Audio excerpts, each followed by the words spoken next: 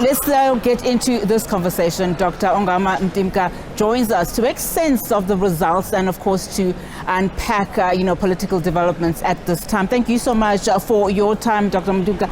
So let's make sense then of these numbers. I mean, these are preliminary results, as we've been saying throughout the morning, and of course, in the afternoon. We are expecting, of course, the IEC to brief the media at around about 4 o'clock, just to give us an update. But when we look at the board at the moment, we're already starting to see almost like your top 6 parties. Of course, the ANC is there, the DA is there, very closely to the ANC, even though it's under about 400,000, if I'm correct, and then the EFF. But surprisingly, PA right there, the Patriotic Alliance, as well as, of course, Mkondo Wesizwe Party. Just talk to us about how do we read into these numbers? Of course, it is early days. Sure. So the top as well as the immediate, the middle is interesting. In terms of the top, we are now confirmed, as far as I'm concerned, with a significant degree of confidence, with just about close to 1 million votes, in fact above 1 million votes counted. It's never going to get a lot more confirming than this, as far as I'm concerned. The pattern is the same as what the opinion polls were telling us, as well as what the CSIR, data is showing, a prediction is showing us.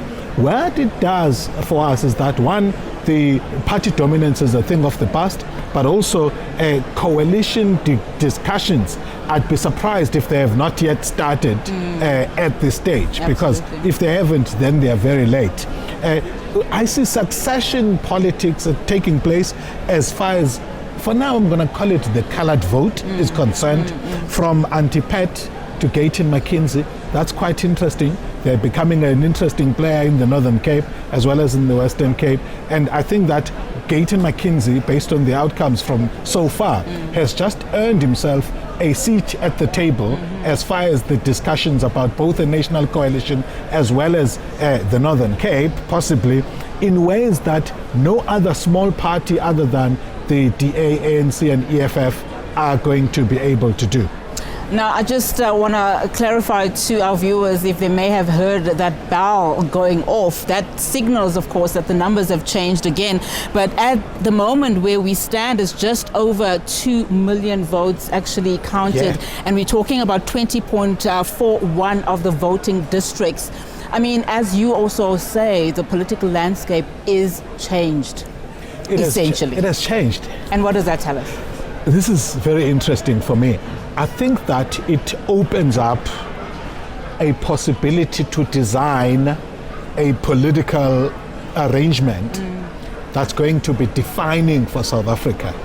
Hence, I think that the tagline, 2024 is our 1994, could not have been there could not have been a better characterization of what moment we are in today than that.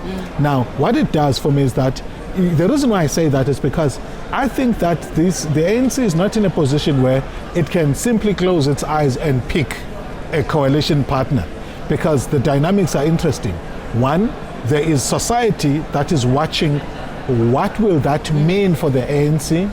There is business that's watching what coalitions mean for the ANC, but even bigger, there are internal party stakeholders in the ANC that are watching with a very careful eye who the party elite who are dominant at the moment are going to push the ANC towards. If it's to the DA, there may be an internal rebellion.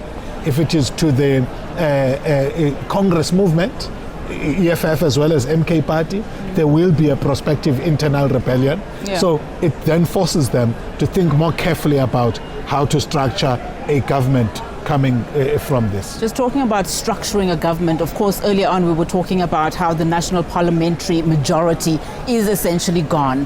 So the parties have very little time then to have this consensus. So once the IEC, declares that, the counting is done and these are the numbers, these are the parties with these seats, essentially there's 14 days for political parties then to come to the table and discuss this change that we're likely to see.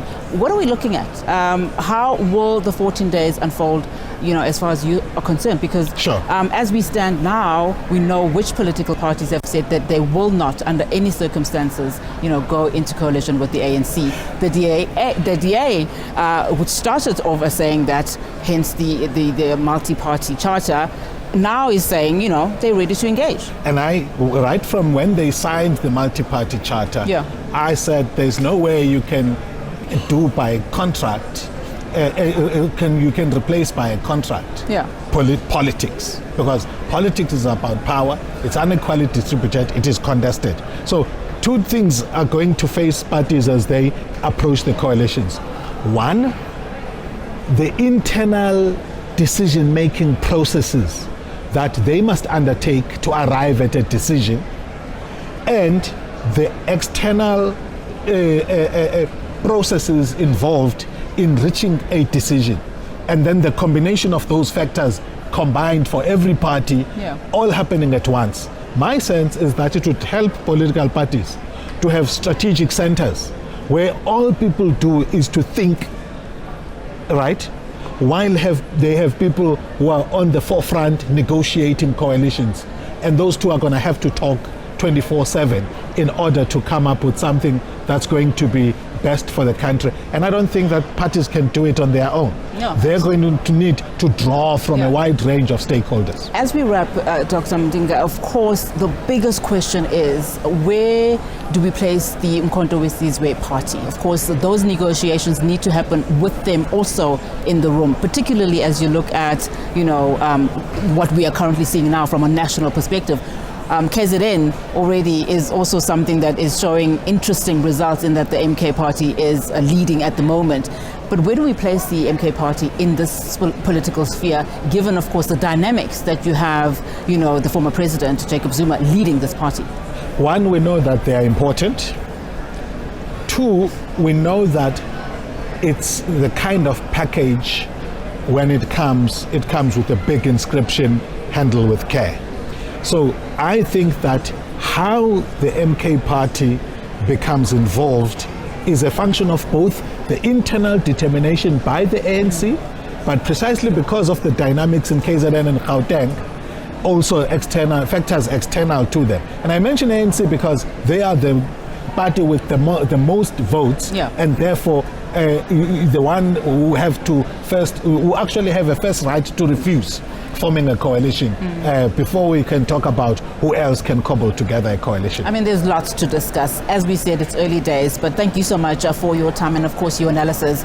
Of course, that is a conversation that we're just having here with various political analysts and experts as we look at those numbers and crunch them before that briefing by the IEC later on this afternoon.